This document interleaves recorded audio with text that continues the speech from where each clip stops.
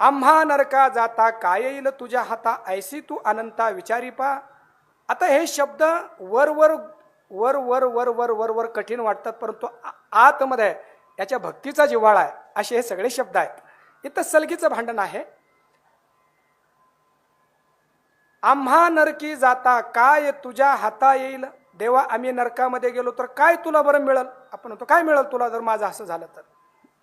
ऐसे तू अनंता विचारी पा.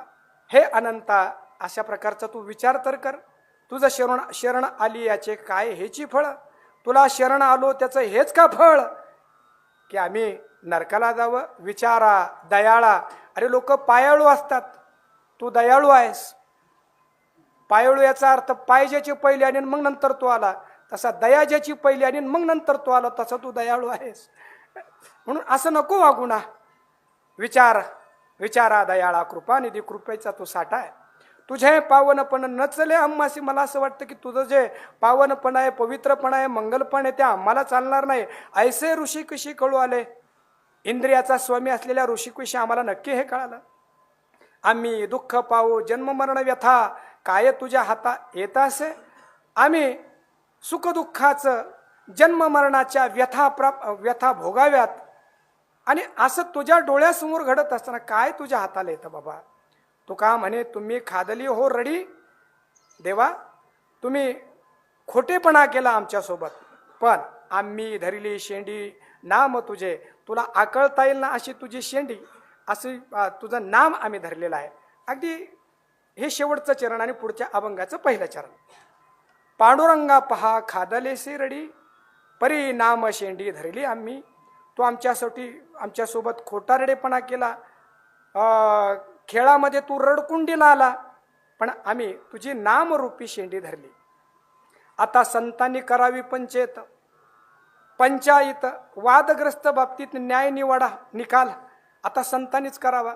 खरा शहाणा मनुष्यानं जगाकडे न्याय निवाडा करायला जात नाही. चला आम्ही महाराजांना सांगू, महाराजांकडे जाऊन न्याय निवाडा करायला पाहिजे. करायचं तर खरा होईल तो. आता संतांनी करावी पंचायत. संतांनी तो निवाडा करावा. कोण हा फजितखोर येथे. आम्ही फजितखोर आहोत. आम्ही लबाड आहोत का देव लबाड आहे. कोणाचा अन्याय येथे आहे हे स्वामी. हे संत स्वामी तुम्ही सांगावा की अन्याय आमचा आहे का देवाचा आहे. गरजत असो आम्ही पातके आहोत. हित गर्जना आम्ही करतोच, आम्ही मान्यच करतो. हे म्हणून तो लाऊस असं म्हणायचं की या जगामध्ये मला कोणीच हरू शकत नाही, कारण मी पहिलाच हारलेलो आहे. तसं आम्ही अगोदर सांगतो ना आम्ही पातकीय म्हणून. याचे पावनपण सोडवा जी तुम्ही. हा जो स्वतःला पावन म्हणतो ना, याची ही पदवी काढून टाका. पतित पावन आम्ही आहो खरे. खरं तर आम्ही पतित आहोत म्हणून हा पावन आहे, म्हणून खरे आम्ही पतित पावन आहोत. खरोखर आम्ही आहोत. आम्ही तवा आहो अन्यायी सर्वता. आम्ही अन्यायी कायमच सर्वतोपरी अन्यायी आहोत. याची पावन कथा कैसी आहे बरं. आम्ही अन्याय आहोत, हा पावन कसा आहे तो सांगा. तुका म्हणे आम्ही मेलो तरी जाना, परी तुमच्या चरणांना सोडावे. म्हणून बघा वर बोलता असं वाटतं की किती कठोर तुकोबाराय बोलतात, पण आतमध्ये प्रेमाचा जिव्हाळा असा झरझर वाहतो. त्या भ्रमरगीतामध्ये गोपी उपहासाने त्या श्रीकृष्ण भगवंताला शिव्या घालतात. तो उद्धवजी त्यांना म्हणतात की मग तुम्ही एवढ्या त्याला शिव्या घालतात, त्या काळ्या रंगाचाही तुम्हाला विटाला, तुम्ही सोडून का देत नाही त्याला. ते असं म्हणले दुस्त्यजस्तत कथार्था. अरे उद्धवा आम्हाला वाटतं त्याला सोडून द्यावं, पण एकदा की त्याच्या कथेची चटक लागली की त्याला सोडावं म्हटलं तरी सोडता येत नाही. तसं तुकाराम महाराज म्हणतात भांडू आम्ही काही करू, पण तुमच्या पायाला नाही सोडणार आम्ही. थोडं राहिलं, संपलाय आता.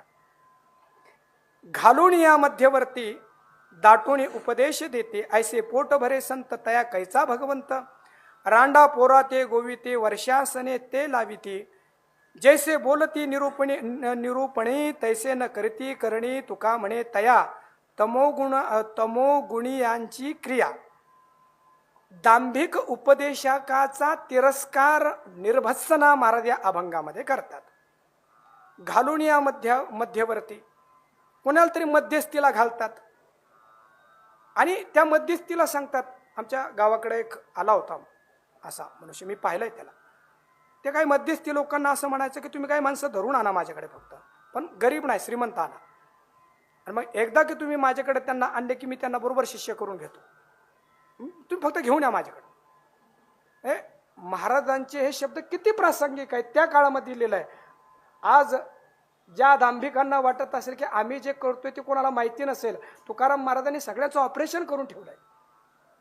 काहीच लपून राहिलं नाही. या जगामध्ये संतांचे भाव जसे प्रगट आहेत तसे चोरांचे भाव सुद्धा तुकाराम महाराजांनी प्रगट करून ठेवले. ही खरी महामानवता आहे.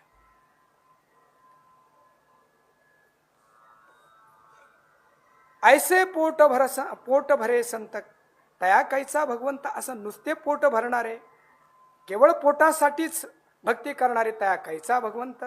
रांडा पोरा ते गुविते, भोळ्या स्त्रियांना मुलांना अडकवतात आणि वर्षासने ते लाविते.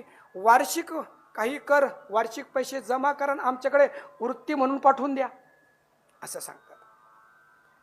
जैसे बोलती निरूपणे तैसे न करती करणे.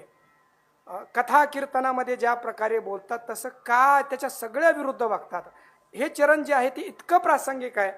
आज आपण ज्ञानेश्वर महाराजांच्या सानिध्यामध्ये आणि विशेषपणे महाराष्ट्रींच्या संगतीमध्ये राहतो म्हणून आपल्यासाठी सत्ययुग आहे. अगर आळंदीच्या 2, 5, 10 मला वाटतं तेही थोडं बोलणं जास्तच होईल. इथं असणारे काही अध्यात्माचे स्थान आहेत ते ओलांडून जरी आपण पुढे गेलो तर लक्षात येतं की अकराळ विकराळ कळी युगाला सुरुवात झालेली आहे. बरं, बाहेर फिरणारे जे काय धर्मप्रचारक आहे, लहान तोंडी मोठा घास होईल, परंतु महाराजांचे शब्द आहेत, हे जे माणसं आहेत, हे माणसं कीर्तनाच्या माध्यमातून एक सात्विकता समाजामध्ये प्रसारित व्हावी, तर त्यांच्याच तमोगुणी क्रिया आहेत. आज समाजामध्ये जी कीर्तन परंपरा आहे ती जवळपास मोडकळीला आली आहे आणि तिचा जो मूळ हेतू होता तो संपलाय असं वाटतंय. आज समाजामध्ये जो कीर्तनकार, जो वक्ता जेवढा जास्त विसंगत बोलेल तो महाराष्ट्रातला तेवढा प्रसिद्ध वक्ता आहे. किती तमोगुणी क्रिया, बोलता बोलताच गुंड्या उघड्या ठेवायच्या, कुठंतरी काखेमध्ये हात चाललेत, नाकामध्ये हात चाललेत आणि लोक टाळ्या वाजवत आहेत. त्याला पण मृदंग वाजवत असताना करवती सारखा, अरे मग करवत असतो तो मृदंग कशाला लावलाय बाबा? एक तो नाचतो नाचतो नाचतो, त्याला घाम येतो, तो त्यालाच वारा घालतो. लोकांना जागृत करण्याचे काही अभंग आहे, त्या अभंगाच्या चाली लोकांना जागृत करणाऱ्या असाव्या, परंतु अफूच्या गोळ्या घेऊन लोक बेधुंद होऊन धोत्र कुणीकडं तर टाळ कुणीकडं उधळत नसताय. महाराज बोलताय, तुका म्हणे तया तमो गुणी यांची या क्रिया. दिसताना हे सगळं कथा कीर्तन दिसतंय, परंतु या सगळ्या तमोगुणी क्रिया बाहेर चालल्यात. पण तुकाराम महाराज म्हणतात की भोंडणी बाहेर घाला, कुणीतरी याचा विचार करायला पाहिजे. शेवटचा अभंग आहे आपला. जीवे जीव नेणे पापी सारिखाची, नळी दुजियाची कापू बैसे. आत्मा नारायण सर्वा घटी आहे, पशुमध्ये काय कळू नये. देखत हा जीव हुंबरे ओरडत निष्ठुराचे, हात वाहती कैसे. तुका म्हणे तया चांडाळासी नरक भोगिती अनेक महादुःखे. हिंसा करणारे जे हिंसक आहेत ते जीवाहून जीव का जाणत नाही, अशा प्रकारचा विचार महाराज या अभंगात मांडतात. जो विचार आपण पहिल्या अभंगालाच केला होता की महाराजांचा जो विचार आहे, मनुष्याचा मनुष्याशी संबंध, मनुष्याचा निसर्गाशी संबंध आणि सरते शेवटी स्वतःशी संबंध, प्राणी मात्राविषयी जगद्गुरु तुकोबरायचं किती अथांग प्रेम बघा इथं. किती किती गोड विचार आहे. आम्हाला काय करायचं, आम्ही तर आमची भक्ती करतो, आम्हाला काय करायचं. तुकाराम महाराज सांगतात की तुमच्या अवतीभोवती जे चुकीचं घडतंय त्याच्याविषयी संवेदना तुमच्या अंतःकरणात राहिलाच पाहिजे ना. जीवे जीव नेणे पापी सारिखाची. पापी जीवे जीव सारिखाची नेणे हा कसाई. एक जीव दुसऱ्या जीवासारखाच असतो. जे केल्याने मला आनंद होईल ते दुसऱ्यासोबत वागावं, ज्याने मला दुःख होईल ते दुसऱ्यासोबत वागू नये. नळी दुजियाची कापू बैसे. त्याची नरडी मान कापण्यासाठी, दुसऱ्याची पशुची मान कापण्यासाठी बसतो. आपण पाठामध्ये ऐकतोच ना, किती संवेदना निर्माण होते आध्यात्मिक माणसाला. त्या कबीरदासांचा तो मुलगा काय नाव, कमाल, त्या कमाल गवत कापण्यासाठी गेला होता म्हटले, आणि संध्याकाळपर्यंत आलाच नाही. कपिल दुपारपर्यंत आला नाही. कबीरजी म्हटले का आला नाही, पाण्यासाठी गेले. तर त्या कमालाच्या डोळ्यातून अश्रू येत होते. म्हटले का, म्हटले मी गवत कापायला आलो, त्याला वाटतंय मी त्याला कापणारे म्हणून त्याच्या डोळ्यातून अश्रू येतात, मी कसं तोडू त्याला. ज्याला झाडातले अश्रू कळेल त्याला माणसाचे कळणार नाही का. मग या जगामध्ये प्रेम जर नांदेल तर ते फक्त अहंकाराच्या पदव्या ज्याला चिटकलेल्या त्या माणसाकडून नाही, ज्यांचे अंतकरण प्रेमाने ओथंबलेले आहेत. असे माणसं मग कुठल्याही क्षेत्रामध्ये जाऊ द्या, ते त्या ठिकाणी प्रेमाचा वर्षाव करतील. आत्मा नारायण सर्व घटी आहे, सर्व घटी राम देहा देही एक. सर्व घटाघटामध्ये तो आत्माच आहे ना. माझ्या जीवामध्ये, माझ्या अंतकरणामध्ये जो आत्मा आहे, माझ्या अंतकरणाला जो अधिष्ठान आत्मा आहे, तो आत्मा इथं पण आहे ना. पशुमध्ये काय कळू नये, पशुमध्ये आहे असं काय कळू नये का. देखत हा जीव हुंबरे ओरडत, त्याच्या समोर तो जीव ओरडत असतो, हंबरत असतो, परंतु त्याला काही दया येत नाही. निष्ठुराचे हात वाहती कैसे, असे या कसायाचे निष्ठुराचे कसे कसे हात वाहतात. तुका म्हणे तया चांडाळासी नरक भोगिता अनेक महादुःखे. असा जो चांडाळ आहे, असा जो कसाय आहे, त्याला नरकामध्ये अनेक महादुःखे भोगती, अनेक महादुःखे भोगावे लागतात. जल्ली सेवा भगवंताच्या चरणी आणि भगवंताच्या रूपाने नटलेल्या आपल्या सगळ्यांच्या चरणी समर्पित करायचे. आणि या अभंगाचं चिंतन करत असताना एकच भाव राहून राहून मनामध्ये येतो की जगद्गुरु तुकोबारायांच्या त्या व्यापक हृदयाशी आपलं हृदय जर एक झालं तर आपला प्रत्येक क्षण हा उत्सवमय होऊन जाईल, याच्यामध्ये काही शंका नाही. सद्गुरूंच्या चरणी आपण प्रार्थना करूया की त्यांच्या कृपा आशीर्वादाने जगद्गुरु तुकोबारायांची जी अवस्था आहे, जी अनुभूती आहे, ती अनुभूती आपल्या सगळ्यांनाच प्राप्त हो, अशी भगवंताच्या चरणी प्रार्थना करून थांबूया. पुंडरीक वरदा हरी विठ्ठल श्री ज्ञानदेव तुकाराम पंढरीनाथ भगवान की जय. मौली ज्ञानेश्वर महाराज की जय. गोपाल कृष्ण भगवान की जय. ज्ञानदेव तुकाराम ज्ञानदेव तुकाराम ज्ञानदेव ज्ञानदेव तुकाराम ज्ञानदेव तुकाराम